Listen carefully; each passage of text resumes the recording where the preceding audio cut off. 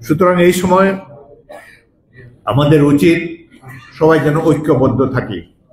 বিশেষ করে এই সরকারের প্রতি একটা জিনিস আমাদের বলতেই হয়, এই সরকারের অধিকাংশ সদস্যের মধ্যে, অধিকাংশ উপদেষ্টাদের মধ্যে তারা কিন্তু এই জুলাই আগস্ট গণ অভ্যুত্থানের চেতনা ধারণ করেন না। এদের মধ্যে দুই একজন ছাড়া এমন কোনো উপদেষ্টা নাই যিনি একটা স্ট্যাটাস দিয়েছেন এই শেখ হাসিনার সরকারের বিরুদ্ধে, একটা কথা বলেছেন মিডিয়াতে দুঃশাসনের বিরুদ্ধে, খুঁজে পাওয়া যাবে না। তারা নিরুপদ্রব জীবন কাটিয়েছেন। এখন সুযোগ এসেছে, বাড়ি হয়তো একটা পার্টিকুলার জেলায়, এই সুযোগে কিংবা অন্য কোনো একটি প্রতিষ্ঠানে কাজ করার সুযোগে আজকে উপদেষ্টা পরিষদ বসে গিয়েছে। বসুন, কিন্তু ভুলে যাবেন না আপনাদের প্রধান কাজ হলো একটি সুষ্ঠু নির্বাচন দেওয়া এবং ক্ষমতা হস্তান্তর করা।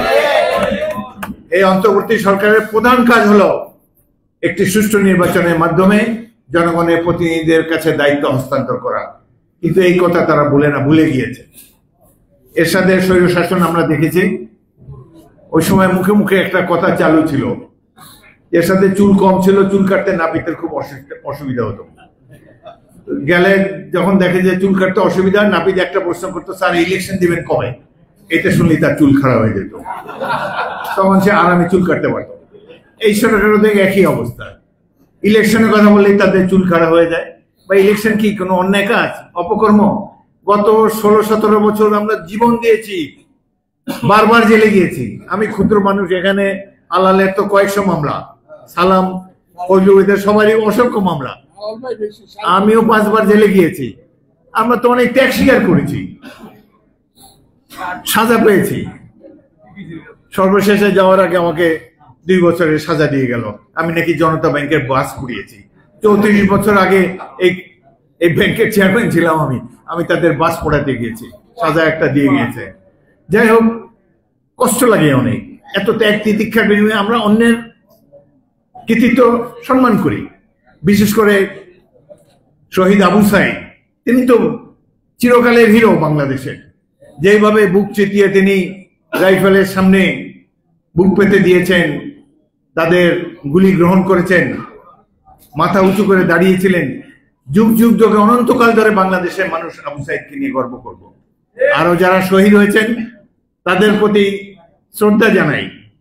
বিএনপি এবং আমরা ব্যক্তিগতভাবেও প্রত্যেকটি শহীদ পরিবারকে সাহায্য করার চেষ্টা করেছি, আগামীতেও করব। সকলের এই দুঃসাহসকে, সকলের কৃতিত্বকে আমরা সম্মান করি। কিন্তু বিএনপি সম্পর্কে যখন এই 17 বছর সংগ্রাম করার পর পরশ্রী কাতরতা থেকে উদ্ভূত ক্রিটিসিজম শুনতে পাই, তখন মনটা কষ্ট লাগে। বিশেষ করে যারা বয়সে এত কম। প্রফেসর ইউনূস একটা কথা বললে, বা আসিফ নজরুল, বা অন্যান্য উপদেষ্টা যাদের যথেষ্ট বয়স হয়েছে, যারা পরিচিত জনগণের কাছে, তারা একটা কথা হলে মানায়। কিন্তু নাতির বয়সী ছেলে যদি বিএনপি মহাসচিবের বিরুদ্ধে খোঁচা দিয়ে কথা বলে, এটি অত্যন্ত দুঃখজনক। আমরা এটা আশা করি না। ভয় পান কেন জনগণকে? আসেন নির্বাচনে, সুন্দর একটা দল বানান। এখনো তো প্রায় 1 বছর টাইম আছে, জনগণের কাছে যেতে পারবেন। আপনারা তো অলরেডি হেলিকপ্টারে অভ্যাস করে ফেলছেন, হেলিকপ্টারেও যেতে পারবেন সব জায়গায়।